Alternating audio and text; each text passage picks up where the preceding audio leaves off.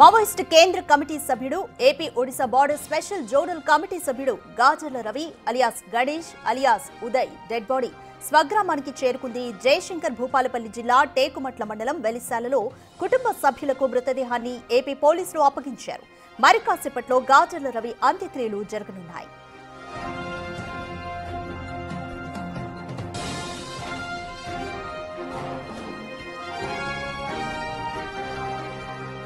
గాజర్ల రవిని చూసేందుకు అభిమానులు, మావోయిస్టు సానుభూతి పరులు, కవులు, కళాకారులు పెద్ద ఎత్తున తరలివస్తున్నారు.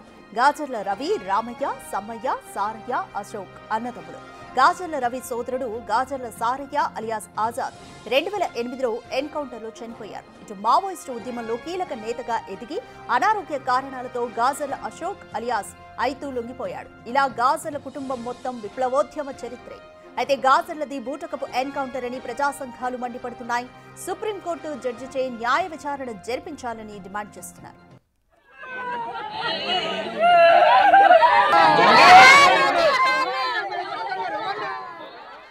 హన్మకొండలో చదువుకుంటున్న సమయంలో తన సోదరుడు ఆజాద్ స్ఫూర్తితో పీపుల్స్ వార్లో అడుగుపెట్టి 1990లో మహదేవ్పూర్ దళ సభ్యుడిగా ప్రస్థానాన్ని ప్రారంభించారు. అంచెలంచెలుగా ఎదిగి 2004లో రాష్ట్ర కమిటీ సభ్యుడిగా పదోన్నతి పొందారు. 2009లో ఏఓబీకి వెళ్లి స్పెషల్ జోనల్ కమిటీ సభ్యుడిగా పనిచేశారు. 2019 నుంచి కేంద్ర కమిటీ సభ్యుడిగా ఏఓబీ స్పెషల్ జోనల్ కమిటీ కార్యదర్శిగా కొనసాగుతున్నారు. ఇక 2018లో అరకు ఎమ్మెల్యే కిడారి సర్వేశ్వరరావు, మాజీ ఎమ్మెల్యే సివేరి సోమల హత్యలో ప్రధాన నిందితుడు.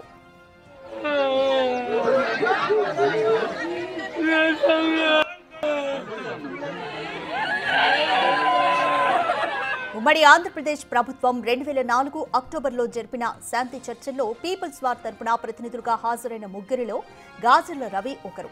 నాటి ఏపీ రాష్ట్ర కమిటీ కార్యదర్శి హోదాలో Ramakrishna alias RK, AOB special zonal committee కార్యదర్శి హోదాలో చలం అలియాస్ సుధాకర్లు హాజరు కాగా, ఉత్తర తెలంగాణ స్పెషల్ జోనల్ కమిటీ కార్యదర్శి హోదాలో రవి ఆ చర్చల్లో పాల్గొన్నారు.